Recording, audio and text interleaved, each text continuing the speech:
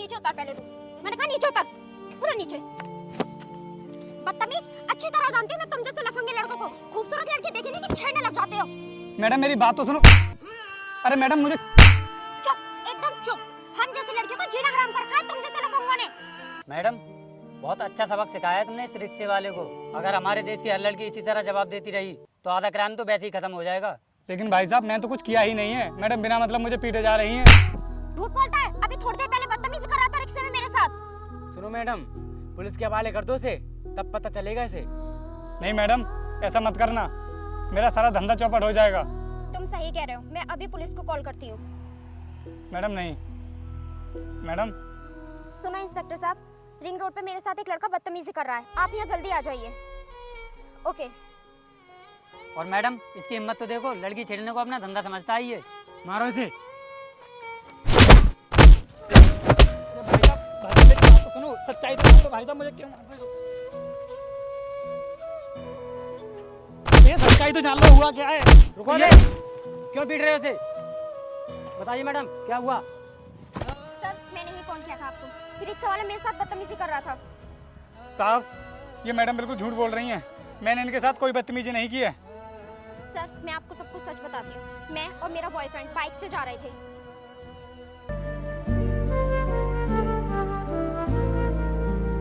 सुनो यार, मैं इस स्कूटी की सर्विस कराने जा रहा हूँ और अभी थोड़ी देर में वापस आ जाऊंगा। तुम एक काम करो, इस रिक्शा से निकल जाओ और मुझे पार्क में मिल जाना। ठीक है पर जल्दी आना। ठीक है। सुन रिक्शे वाले, मैडम को सही सलामत पार्क तक छोड़ देना। ठीक है साहब। आइए मैडम बैठिए। नहीं मैं आगे बैठूंगी, हट यहाँ से।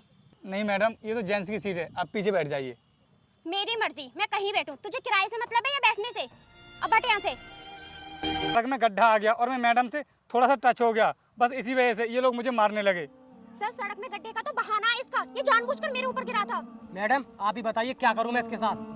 मैं इसके ऊपर केस करूंगी, लॉकअप में ले जाके डाल दो इसे।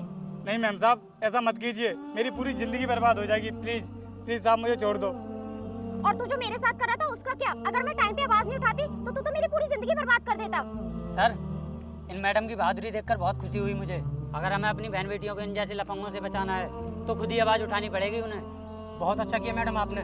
चल बे तू मेरे साथ बैठ और तुम लोग इस रिक्शे को थाने पहुंचा देना।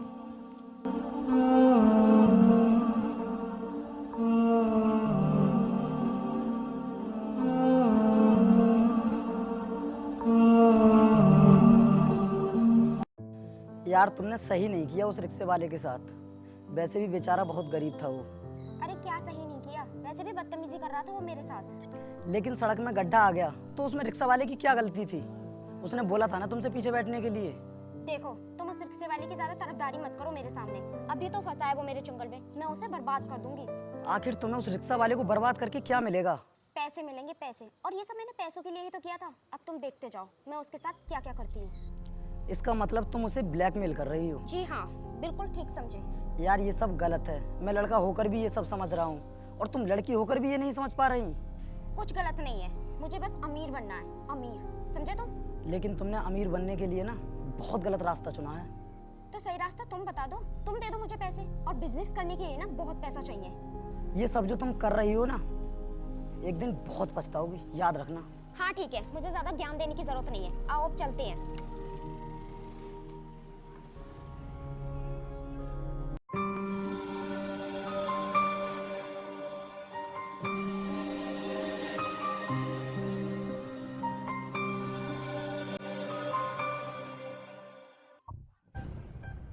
सर ये है शर्मा जी की केस की फाइल और आपको सीओ साहब ने अपने ऑफिस बुलाया है। तुम चलो मैं अभी आता हूँ, पहले इस मजनू की खातिरदारी तो कर दूं। साहब मैंने कुछ भी नहीं किया है, वो लड़की मेरे बारे में सब कुछ झूठ बोल रही है। चुप, उस लड़की को झूठ बोलकर मिलेगा क्या? तू तो ये सब अपने बचने के लिए बोल रहा है। नहीं साहब आप मेरा यकीन तो करो, मैं बिल्कुल सच बोल रहा हूँ। हर मुजरिम बचने के लिए यही बोलता है कि मैंने कोई जुर्म नहीं किया है। तू बाहर जा।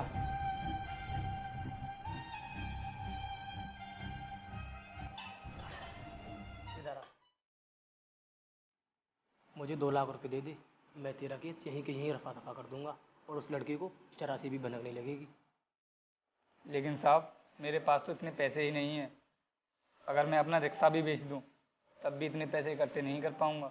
मुझे लगता है बिल्कुल कंगाली है तू, तेरा कुछ नहीं होगा, तू जिंदगी भर जेल में ही सड़ेगा। हाँ साहब, मैं गरीब हूँ लेकिन इस रिक्शा को चला कर ही अपने परिवार का गुजारा करता हूँ। और साहब, उस लड़की ने मुझे बिना बात के फंसा दिया है। इस बात का मुझे ज़्यादा दुख नहीं है, लेकिन उसने मेरी बदनामी भी की है और सब कुछ जानते हुए भी लोग भी उसकी तरफदारी कर रहे हैं। तेरा कुछ नहीं होगा।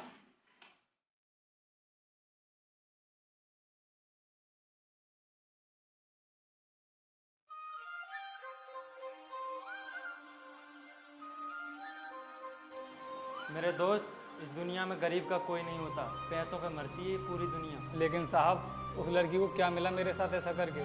ये तो उस लड़की को ही पता होगा, लेकिन हाँ, अगर तुम बचना चाहते हो तो एक बार उस लड़की से मिल लो।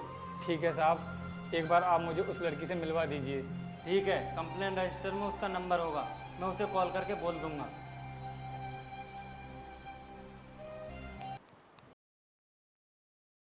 देखा तुमने उस रिक्शे वाले की हरकत के बाद अब मैं जहाँ से भी निकलती हूँ लोग मेरी इज्जत करने लगे हैं। किसी गरीब की खुशियों में आग लगाकर तुम्हें गर्व होता है, मुझे नहीं, मुझे तो बहुत दुख होता है। अरे यार, तुम कब समझोगे? इन रिक्शा वालों की ना कोई औकात नहीं होती, कोई इज्जत नहीं करता इनकी। ये हमारे नीचे काम करने के लिए होते हैं। तुम अपने आप को एक बार उस रिक्शे वाले की जगह पर रख कर देखो और सोचो, ये सब तुम्हारे साथ हुआ होता तो तुम पर क्या बीतती। मुझे तो लगता है तुम भी पागल हो गए हो। अगर वो गरीब बर्बाद हो भी जाएगा तो कौन सी आफत आ जाएगी? कम से कम हमारी लाइफ तो सेट हो जाएगी। ठीक है, तुम्हें जो भी अच्छा लगे वो करो, मैं कुछ नहीं बोलूंगा। भले ही तुम अपने आप को ज्यादा होशियार मानते हो, पर तुम्हारे अंदर ना जरा सी भी बुद्धि नहीं है। अब जैसा मैं कहती हूँ वैसा करो और देखते जाओ हम कितनी जल्दी अमीर हो जाएंगे। तुम्हारी ये अमीर बनने की चाहत न जाने कितनों की जिंदगी बर्बाद करेगी। तुम केवल अपने बारे में सोचो, दुनिया के बारे में मत सोचो। दुनिया में तो न जाने कितने लोग मरते हैं, कितने जीते हैं। हाँ सर, क्या अभी आना है? ठीक है सर, मैं आती हूँ। ओके। क्या हुआ, किसका फोन था? आखिर वो दिन आ ही गया जिसका मुझे इंतजार था। कौन सा दिन? इंस्पेक्टर साहब ने मुझे फैसले के लिए बुलाया है। अब मैं फैसले के नाम पर उस रिक्शे वाले से पूरा 1 लाख रुपए लूंगी। अगर उसने नहीं दिए तो फिर क्या करोगी उसका? देगा कैसे नहीं? अगर उसे अपनी जिंदगी से प्यार होगा तो देगा। अब ज्यादा लेट मत करो, चलो जल्दी।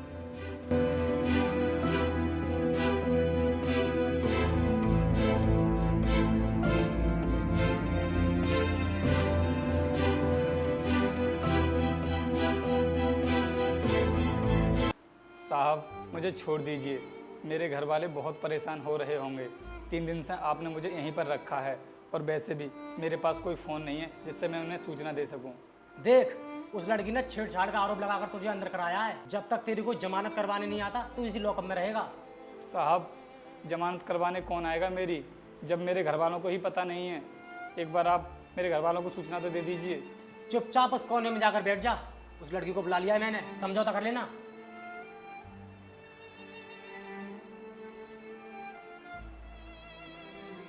कांस्टेबल, तू एक काम कर, चाय ले आ।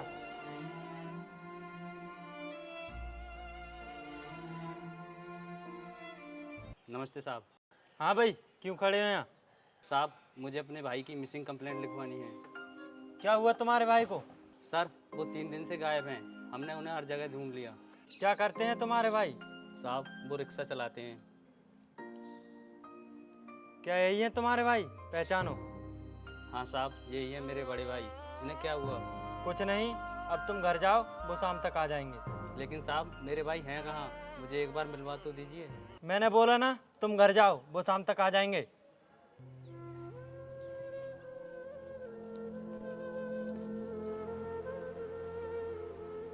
लीजिए साहब चाय।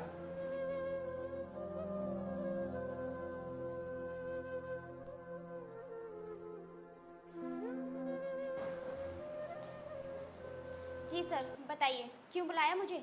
देखिए मैडम, उस रिक्शे वाले को परेशान करने में कोई फ़ायदा नहीं है। समझौता कर लीजिए आप उससे। ठीक है सर, मैं समझौता करने के लिए तैयार हूँ। सुन बे, इधर आ।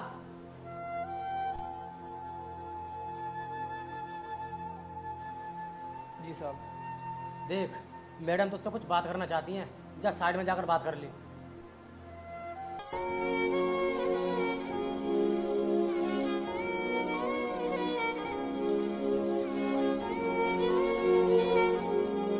बोलो मैडम, आप क्या चाहती हो? कैसे पीछे छोड़ोगी मेरा? ए मिस्टर, ये इल्जाम किस पे लगा रहा है? तुझे मैंने नहीं फंसाया, तो खुद अपनी गलती से फंसा है। देखिए मैडम, मैंने ऐसी कोई गलती नहीं की है। पता नहीं आपने मुझे क्यों फंसा दिया। तेरे बचने का सिर्फ एक ही रास्ता है, मैं अपना केस वापस ले लूंगी, बस तू मुझे 1 लाख रुपए दे दे। क्या? 1 लाख रुपए? अब मैं अच्छी तरह समझ गया, ये सब तुमने पैसों के लिए किया है ना? हाँ, सही समझा तू। मैं पैसों के लिए कुछ भी कर सकती हूँ। ये तो तुम भी जानती हो कि मुझ पर लगाया गया इल्ज़ाम बिल्कुल झूठा है। हाँ, बिल्कुल झूठा है, लेकिन ये बात मैं जानती हूँ या तू जानता है? लेकिन ये बात साबित कैसे करेगा तू? लेकिन लोगों के लिए सच्चाई वही है जो मैं उन्हें बताऊंगी। मैम साहब, किसी गरीब को ज़्यादा नहीं सताना चाहिए। अगर मैं अपना रिक्शा भी बेच दूँ तब भी 1 लाख रुपए इकट्ठा नहीं कर पाऊंगा। वो मैं नहीं जानती, तू कहीं से भी कर, कैसे भी कर। अगर तुझे बचना है तो मुझे 1 लाख रुपए ला कर दे। ठीक है, अगर तुझे पैसे नहीं देने तो तू सड़ेगा जेल में। सॉरी मैम साहब, जेल में ये नहीं, तुम सड़ोगी। ये क्या बकवास कर रहे हो तुम? ठीक है, अभी दिखाता हूँ तुम्हें सारी सच्चाई। आ जाओ, अब साहब के पास चलते हैं।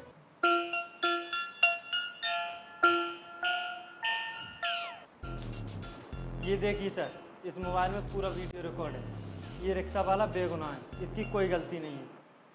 सारी गलती इस लड़की की है। अच्छा मैडम, तो ये है आपकी करतूत? एक गरीब रिक्शा वाले को लूटना चाहती हो तुम? साहब, आपका बहुत बहुत धन्यवाद जो आपने मुझे बचा लिया, लेकिन मुझे तो पता ही नहीं था कि आपने वहाँ पर मोबाइल कब रख दिया। मुझे तुम्हारी बातों से ही पता चल गया था कि तुम बेगुनाह हो, इसीलिए मैंने मोबाइल वहाँ पर छुपा दिया था। एक गरीब रिक्शा वाले को नाजायज फंसाने के जुर्म में मैं तुम्हें गिरफ्तार करता हूँ। धारा 420 के तहत अंदर जाएगी तू। नहीं नहीं सर, ऐसा मत कीजिए, मैं अपना केस वापस लेती हूँ।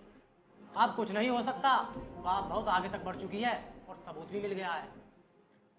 बस बन गई अमीर? हो गए सपने पूरे?